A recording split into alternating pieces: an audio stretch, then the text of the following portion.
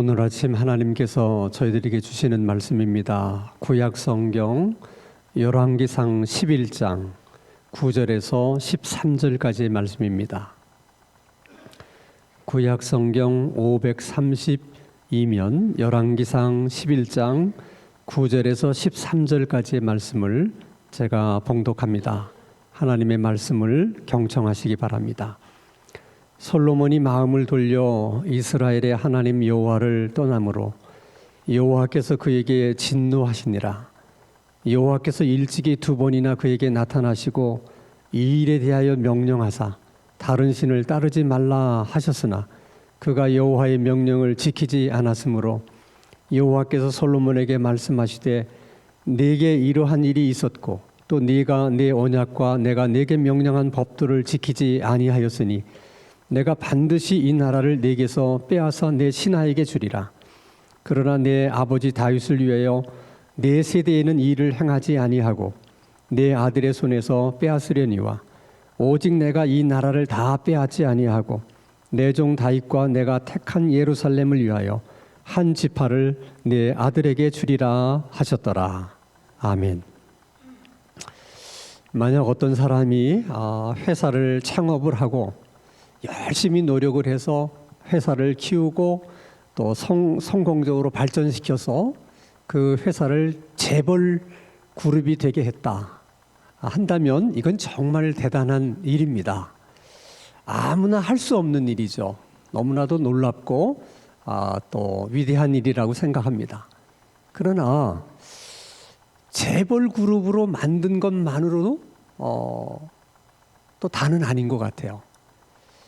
아무리 창업을 하고 그동안 많은 고생을 통해서 회사를 재벌 그룹을 만들었다 하더라도 그 기업을 계속적으로 유지하고 또 정상적으로 그 회사를 이끌어가는 일이 중요해요.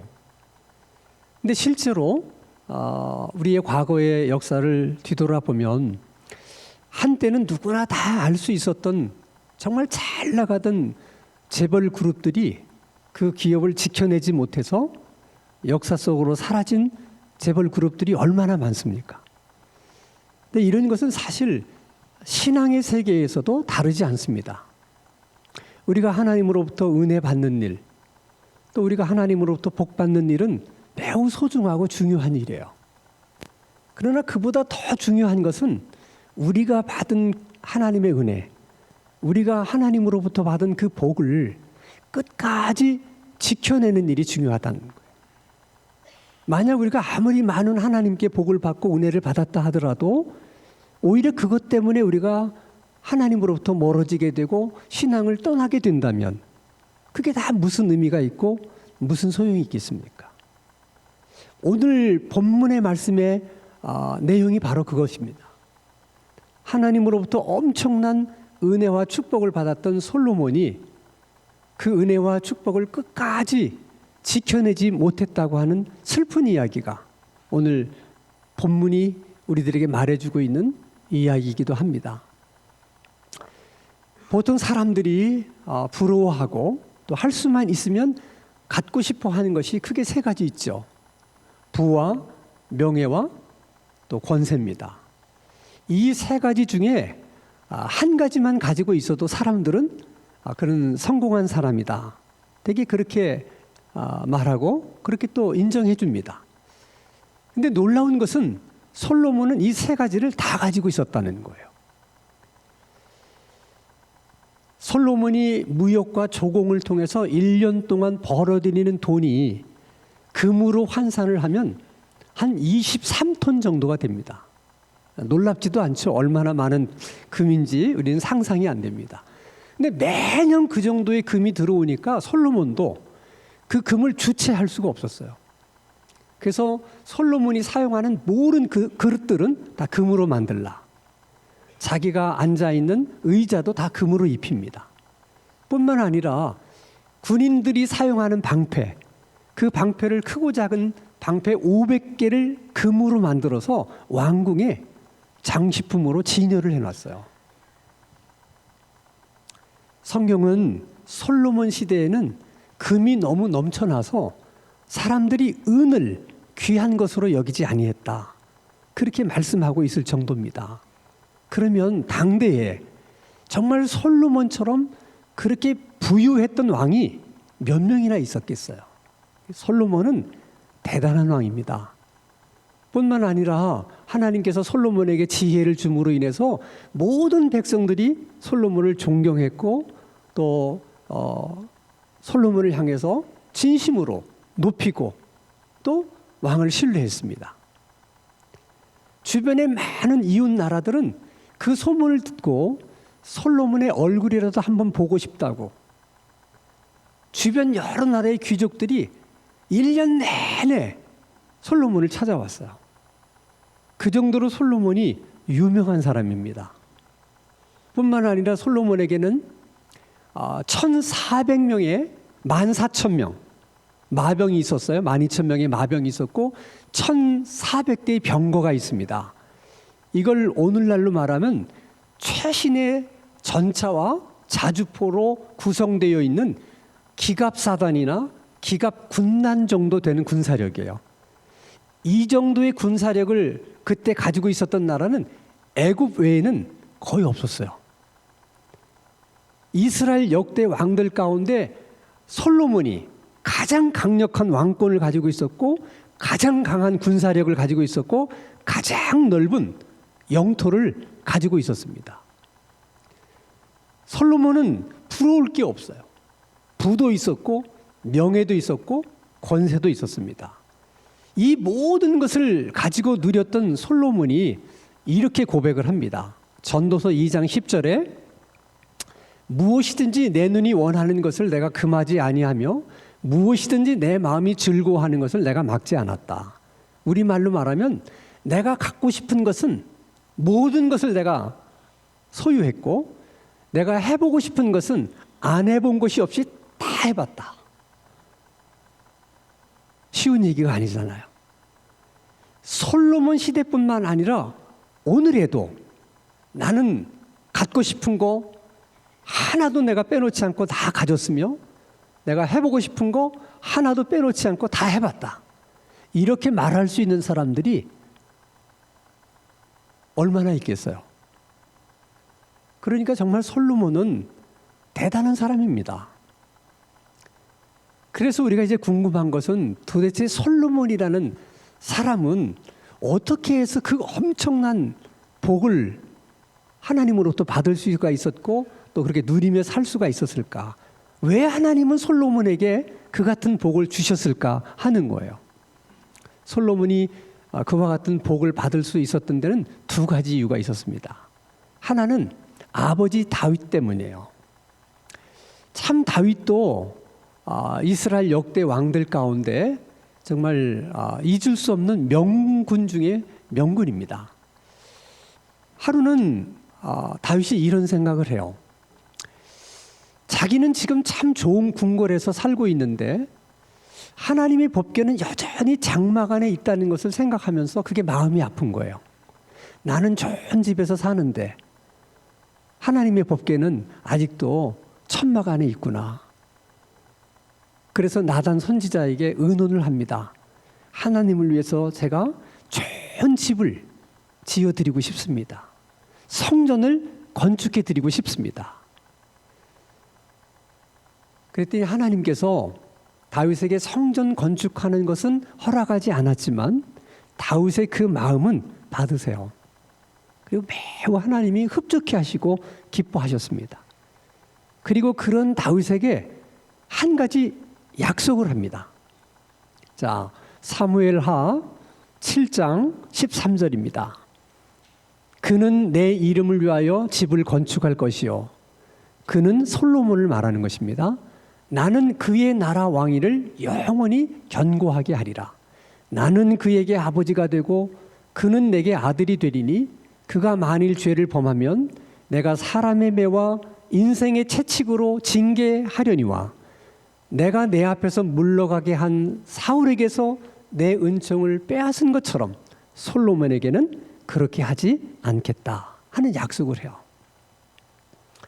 그러니까 하나님께서 다윗에 대한 그 특별한 그 사랑 때문에 약속을 한 것인데 그 약속의 첫 수혜자가 솔로몬이었어요. 아버지 때문에 그런 복을 누리게 된 것입니다.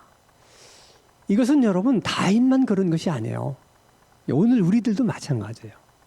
우리 부모 세대가 정말 하나님 앞에서 바른 신앙생활을 하면서 많은 것을 뿌리고 많은 것을 심게 되면 하나님은 그것을 우리 자녀대에 가서 그 열매를 거두게 하는 경우가 참 많이 있습니다. 그러니까 우리 자녀들은 누구 때문에 복을 받는 것이냐? 부모님 때문에 복을 받는 거예요. 그래서 우리가 다윗처럼 하나님 앞에서 바르게 사는 것, 또 신앙생활을 열심히 하는 것이 중요한 거예요. 우리가 하나님 앞에서 바르게 살고 열심히 신앙생활하는 것이 우리만의 문제가 아니라는 거예요. 그것은 우리 자녀들이 복을 받을 수 있는 길이기도 하다는 것입니다.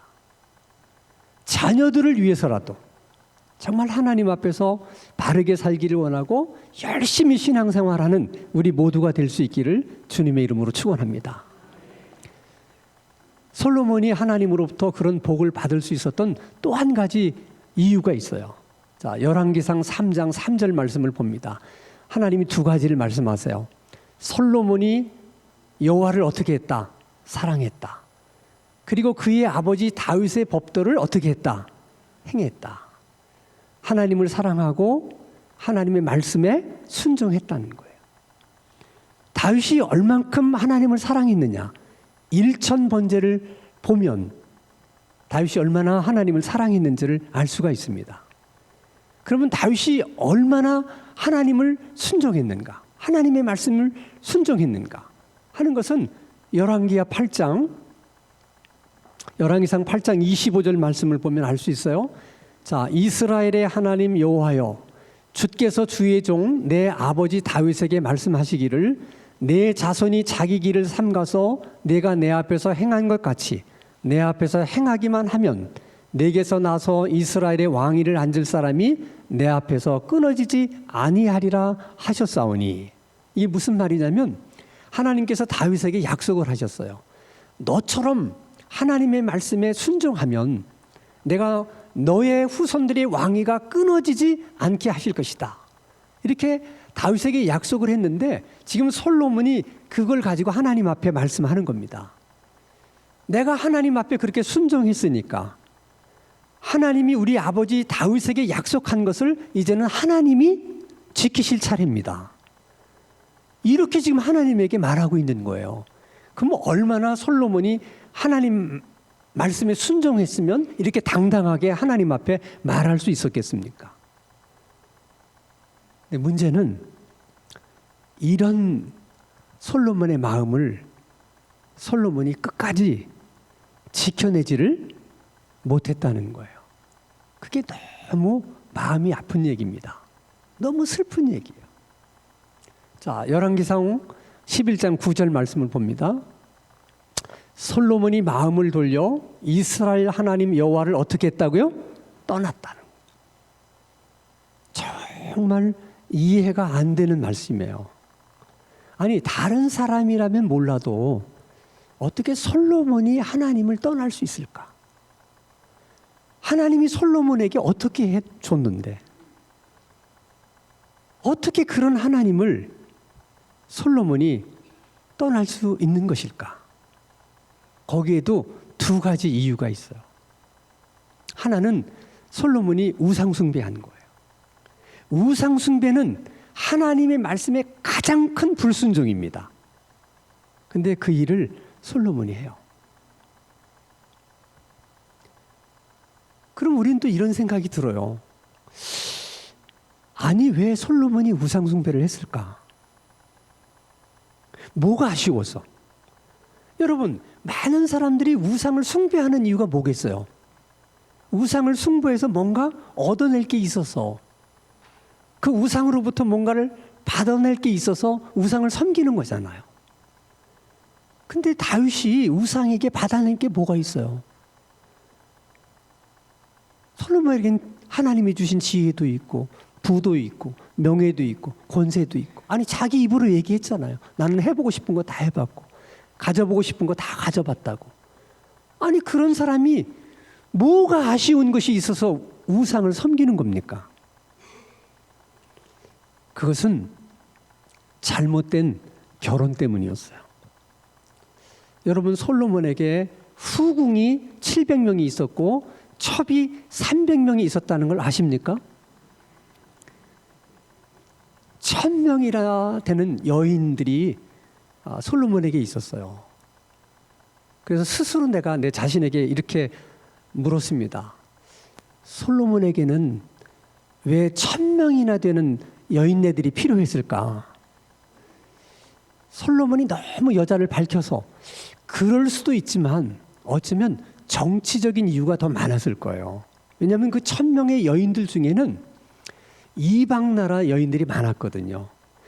주변국의 공주, 또 주변 나라의 많은 귀족의 딸들이 많았어요. 그러니까 어쩌면 솔로몬이 정략적으로 그들과 결혼을 했던 것 같아.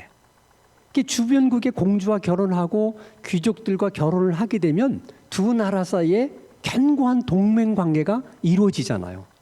그러면 그것은 국내적으로 솔로몬의 정치권이 안정이 될 수 있어요. 그리고 밖으로는 솔로몬의 영향력을 더 크게 넓혀 나갈 수 있거든요. 그래서 정치적인 관점에서만 보면 그래서 1000명의 여인을 가졌다는 것을 꼭 나무랄 수는 없을 것 같아. 그런데 문제는 그 외국에서 시집 온 여인들이 올 때 혼수품 가운데 자기들이 자기 나라에서 섬기던 우상까지도 가지고 온 거예요. 여기서 우리가 참 솔로몬에 대해서 아쉬운 게 하나 있다는 거예요. 본인이 정치적인 이유 때문에 정략적인 결혼을 할 수밖에 없었다. 인간적으로 거기까지는 이해할 수 있어요. 그러면 시집 온 여인네들을 불러놓고, 자, 너희들이 시집 오기 전에는 너희 나라에서 너희들이 섬기는 우상을 섬겼지만 이제 너희들이 시집을 왔으니 이제는 너희들은 이제 우리 집의 가문의 사람이 된 거다. 그러니까 이제는 남편을 따라서 남편이 믿는 하나님을 섬겨야 된다. 알겠느냐? 그러면 누가 아니오라고 말할 수 있는 사람이 있어요. 그럼 쫓겨나는 거지. 그랬으면 초장에 그 사람들 다 하나님을 믿게 만들 수도 있었는데 그냥 우상 섬기는 것을 그냥 내버려 뒀어요. 그것도 이해가 안 돼. 아마 솔로몬 나름대로는 자기가 굉장히 너그러운 왕이고 포용력이 큰 왕이라는 것을 보여주고 싶어서 그랬는지 모르겠어요. 근데 어쨌든 솔로몬이 젊은 날에는 문제가 되지 않았어. 솔로몬도 나이가 먹으면 어쩔 수가 없고 하나님이 그 엄청난 지혜를 줬는데도 나이가 드니까 판단력이 흐려져. 그랬더니 이방 여인들에게 휘둘리기 시작하는 거예요. 그들이 말합니다. 우리가 섬기는 신을 위해서 신전을 좀 지어주세요. 솔로몬이 지어줍니다. 당신은 내가 섬기는 신이 어떤 신인지 궁금하지 않으세요? 저하고 한번 같이 가봅시다. 또 따라가요. 그냥 우상 숭배하는 거예요. 솔로몬은 자기가 이방 여인들과 결혼을 했기 때문에 내가 하나님을 떠나게 되고 우상 숭배를 하게 될 것이라는 것은 꿈에도 생각해 보지 않은 일이에요. 그래서 하나님이 이스라엘 백성들이 가나안 땅에 들어갈 때 당부하고 또 당부하신 말씀이 있었어요. 자, 신명기 7장 3절 4절입니다. 또 그들은 가나안 족속들을 말하는 겁니다. 혼인하지도 말고 내 딸을 그들의 아들에게 주지 말고 그들의 딸도 내 며느리로 삼지 말 것은 이유가 있어요. 그가 내 아들들을 유혹해서 여호와로 하여금 떠나게 만든다는 거죠. 그럴 가능성이 많기 때문에 절대 이방 여자와 결혼하지 말라 말씀하셨어요. 그래서 이스라엘의 일반 백성들은 저 하나님의 말씀 때문에 이방인과의 결혼을 금지시켰어요. 금했어요. 근데 유독 솔로몬은 저 하나님의 말씀을 너무 쉽게 생각한 거예요. 그러다가 우상 숭배하는 자리까지 가게 된 것입니다. 그래서 여러분, 신앙의 변질이라고 하는 것은 큰 사건으로 이루어지는 게 아니에요. 아주 사소한 일, 아주 작은 일에서부터 신앙의 변질이 시작이 되고 신앙의 위기가 찾아오는 것입니다. 꼭 기억하셔야 돼요. 우리가 성수주의를 하는 거 어떻게 생각하면 별일 아닌 것 같아요. 뭐 한두 번 빠질 수도 있고 뭐 서너 번 빠질 수도 있고, 그래도 내가 언제나 마음만 먹으면 또 내가 또 예배드리러 갈 수 있다. 우리는 그렇게 생각해요. 그런데 우리 생각처럼 그렇게 되지 않을 수도 있습니다. 한 번, 두 번 빠지고 서너 번 빠진 것이 교회와 점점 멀어지게 되고 언젠가는 아주 교회를 떠나게 되는 그런 일들도 생길 수 있는 거예요. 여러분, 솔로몬처럼 절대 주일 성수를 가볍게 여기지 않을 수 있는 우리가 될 수 있기를 주님의 이름으로 축원합니다. 솔로몬이 우상 숭배를 하고 하나님을 떠난 또 한 가지 이유가 있어요. 그것은 솔로몬이 기도하지를 않았다는 거예요. 놀라운 것은 솔로몬이 성전을 건축하고 성전을 하나님 앞에 봉헌할 때 솔로몬이 하나님께 기도를 해요. 그 기도 내용이 열왕기상 8장에 기록되어 있는데 아주 구구절절히 그 기도 내용을 보면 그렇게 은혜로울 수가 없어요. 장문의 기도를 하나님께 올립니다. 그걸 읽으면서 나는 이런 생각을 했어요. 참 지혜자가 드리는 기도는 뭐가 달라도 다르구나. 어쩌면 기도를 이렇게 아름답고 이렇게 은혜롭게 할 수 있을까? 감탄이 절로 납니다. 여러분들이 오늘 집에 돌아가셔서 열왕기상 8장에서 솔로몬이 기도한 기도를 한번 읽어보세요. 정말 아름다운 기도를 하나님께 드립니다. 근데 그게 전부였어요. 그날 이후로 솔로몬이 그 어디에도 기도했다는 기록이 없어요. 여러분, 잠언서도 솔로몬이 기록했어요. 전도서도 솔로몬이 기록했어요. 그럼 우리가 잠언을 읽으면서 또 전도서를 읽으면서 한 번쯤은 기도에 대한 내용이 뭐가 나오지 않을까? 아니, 나와야만 되는 거 아닙니까? 없습니다. 그것은 솔로몬이 그날 이후로 기도하지 않았다는 거예요. 그래서 신앙인으로서 가장 불행한 일 중에 하나는 하나님이 주신 은혜 때문에, 하나님이 주신 복 때문에 기도를 잃어버리는 것입니다. 여러분, 우리가 인생을 살다가 잃어버리는 것들이 많이 있을지라도 기도만 잃어버리지 않으면 그 기도를 통해서 잃어버린 것들 대부분을 다시 찾을 수 있어요. 다시 회복할 수 있어요. 그런데 기도를 잃어버리면 하나님이 주신 은혜도, 하나님이 주신 복도 다 잃어버릴 수 있습니다. 하나님께서 오늘 본문의 말씀을 통해서 우리들에게 주고 싶은 첫 번째 메시지의 내용이 그겁니다. 기도를 잃어버리지 말라. 기도를 잃어버리면 모든 것을 다 잃어버리고 솔로몬처럼 우상 숭배하는 자리까지 갈 수도 있다는 것입니다. 여러분, 하나님은 다윗을 생각해서라도 솔로몬을 사랑했어요. 그래서 돌이킬 수 있는 기회를 여러 번 주십니다. 자, 사무엘상 11장 11절 말씀 보십시다. 열왕기상 11장 11절, 여호와께서 솔로몬에게 말씀하시되 내게 이러한 일이 있었고 또 내가 내 언약과 내게 명령한 법도를 지키지 아니하였으니 내가 반드시 이 나라를 네게서 빼앗아 내 신하에게 주리라. 이건 심판의 메시지입니다. 두려운 말씀이잖아요. 그러면 하나님으로부터 저런 말씀을 들었다면 어떻게 해야 되는 겁니까? 자, 솔로몬의 아버지인 다윗은 저런 말씀을 하나님으로부터 들었을 때 어떻게 했을까? 여러분, 다윗을 한번 생각해 봐요. 다윗은 자기의 충성스러운 부하였던 우리아의 아내 빼앗아서 간음을 해요. 자기도 부끄러운 일인 줄 알았어요. 이게 드러나면 안 될 것 같아서 그 충성스러운 부하, 아무 잘못도 없고 아무것도 모르는 그 충성스러운 부하를 최전방으로 내보내서 적의 손에 죽게 만들어요. 하나님이 처음부터 끝까지 다 보고 계셨어요. 이건 솔로몬이 우상 숭배한 죄만큼 큰 죄예요. 나단 선지자를 보내서 심하게 질책하고 내가 한 일에 대해서 하나님이 심판하실 것이다 하고 경고합니다. 그때 다윗은 어떻게 했느냐? 자, 사무엘하 12장 13절. 다윗이 나단에게 이르되 내가 여호와께 어떻게 죄를 범했다. 나단 선지자가 와서 하나님 말씀을 다 전해주니까 일체 변명도 하지 않고 다윗이 말합니다. 맞습니다. 제가 잘못했습니다.